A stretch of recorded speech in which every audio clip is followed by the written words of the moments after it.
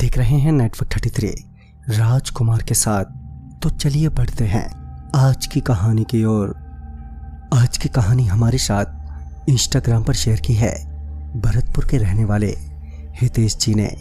हितेश जी बताते हैं कि ये घटना तब की है जब मैं सिमको फैक्ट्री में एक वर्कर के तौर पर काम कर रहा था। मेरे साथ मेरे दो दोस्त भी थे, विजय और अजय।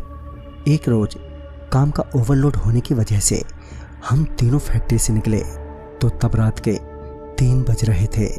बाहर पूरी तरह खामोशी पसरी हुई थी, पर हम तीनों आपस में बात करते हुए पैदल ही घर के लिए चल दिए।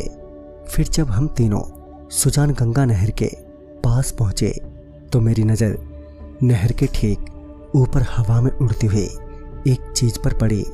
मैंने विजय से कहा, अरे विजय, वो क्या चीज है जो हवा में उड़ रही है? मेरे कहने पर विजय और अजय भी उस उड़ती हुई चीज की तरफ गौर से देखने लगे। मैं अभी उस ओर एकटक देख ही जा रहा था कि तभी विजय चिल्लाते हुए बोला, अरे भागो यहां से, नहीं तो मार जाओगे। इससे पहले मैं कुछ पूछता कि मैंने देखा कि वो उड़ती हुई चीज अब हमारी तरफ बढ़े चले आ रही है, और जैसे ही वो चीज मेरे करीब आई तो मालूम हुआ कि वो एक उड़ती हुई चुड़ैल है जो चीखती हुई हमारी तरफ आ रही थी।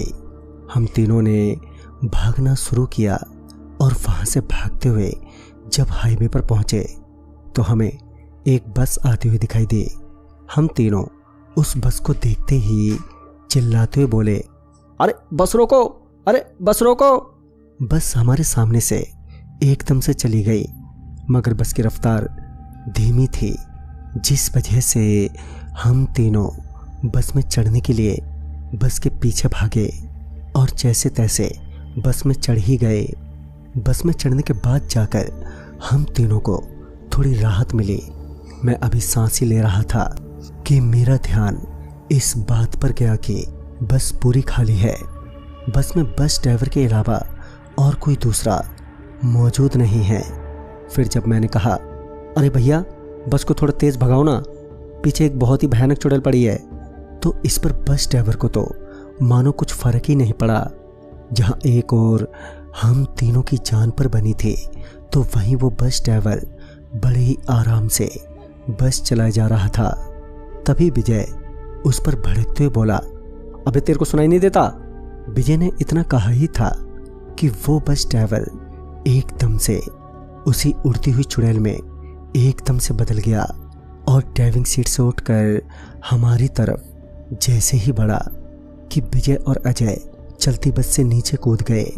उन्हें कूदता देख मैं भी उसी वक्त बस से नीचे कूद गया और बस से कूदते ही बस अचानक से गायब हो गई और वहीं मैं सड़क की ढलान से लुढ़कता हुआ नीचे किसी गड्ढे में जा गिरा। जमीन भुरभुरी होने के कारण मुझे ज्यादा चोट तो नहीं लगी, मगर मैं अभी भी काफी डरा हुआ था और मैंने तुरंत ही विजय और अजय को आवाज देते हुए कहा, अरे अरे भाई कहाँ हो तुम लोग? तकरीबन 4 से 5 बार आवाज देने के बाद भी जब दोनों की कोई आवाज नहीं आई तो मैं उस गड्ढे से बाहर निकला और उन दोनों को ढूंढने लगा था। तभी मेरी नजर बगल के एक पेड़ पर गई जिस पर विजय उल्टा लटका हुआ था और उसका पेट बीच से फटा हुआ था।